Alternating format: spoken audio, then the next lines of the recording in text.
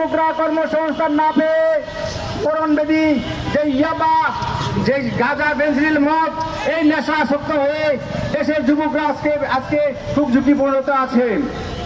বন্ধুগণ, আজকে যদি দেশের কর্মসংস্থান সৃষ্টি হয়, আমার পার্টি বাংলাদেশ মুক্তিকামী জনতা আমরা বলেছি যে আগামী 2 বছরের মধ্যে দেশে 1 কোটি মানুষের কর্মসংস্থান, দেশে এবং বিদেশে 1 কোটি মানুষের কর্মসংস্থান দেখাতে হবে।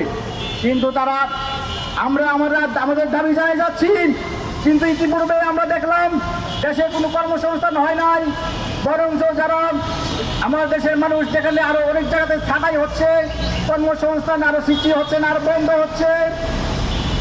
দেশে আরো আমরা যে আশা আকাঙ্ক্ষা নিয়ে 24-এ গণঅভ্যুত্থান করলেন, করার পরে যে সরকার ক্ষমতায় আসলো, কেয়ারটেকার যে আসলো ডক্টর মোহাম্মদ ইউনূস, ওনার কাছে আমরা বিভিন্ন আন্দোলন নিয়ে, বিভিন্ন দাবি নিয়ে বিভিন্ন সময় আমরা বিভিন্ন জায়গায় প্রোগ্রাম করেছি, কিন্তু দেখলাম ওনার উদ্দেশ্য দেশের মানুষকে মুক্তি দেওয়া না। ওনার উদ্দেশ্য ছিল দেশটাকে কিভাবে আমেরিকার সাথে, বাংলাদেশটা কিভাবে আমেরিকার সাথে তুলে দেওয়া যাওয়ার ওনার ছিল, ওনার মূল উদ্দেশ্য ছিল। কিন্তু উনি অস্থায়ী সরকার অবস্থায় বা অস্থায়ী ক্ষমতা থাকা অবস্থায় উনি আমেরিকার সাথে যে চুক্তি করেছে, এই চুক্তি উনি করতে পারে না। আজকে আপনারা দেখেছেন 71 সালে বাংলাদেশে যখন যুদ্ধ লাগে, পাকিস্তান আমাদের সাথে যখন যুদ্ধ হয়, তখন আমেরিকা থেকে 7ম নৌবহর পাঠিয়েছিল।